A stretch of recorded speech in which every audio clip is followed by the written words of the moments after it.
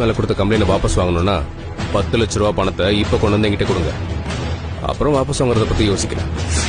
சொல்ல பார்த்தீங்கன்னா மனோஜை பார்க்குறதுக்கு ரோகிணி போலீஸ் ஸ்டேஷன் போகிறாங்க. இந்த பிரச்சனையிலேருந்து மனோஜை எப்படியாவது நான் வெளியில் கொண்டு வரேன், அந்த ஃபினான்ஸரை எப்படியாவது பேசி கம்ப்ளைண்ட்டை வாபஸ் வாங்க சொல்கிறேன்னு சொல்லிட்டு ரோகிணி அங்கேருந்து கிளம்புறாங்க. சிந்தாமணியை போய் பார்க்குறாங்க. சிந்தாமணி மீனா கிட்ட உங்கள் வீடு எனக்கு ரொம்ப பிடிச்சிருக்கு, நல்ல ஏரியாவிலையும் இருக்குது, இப்போ விற்றா கூட கோடி கணக்கில் போகும்னு சொல்கிறாங்க. மாதிரி பிரச்சனையில் வர வீடை வாங்கி விற்கிறது தான் என்னோட இன்னொரு பிஸ்னஸ்னு சிந்தாமணி மீனாட்ட சொன்னோடனே மீனாவுக்கு கோவம் வந்துடுது.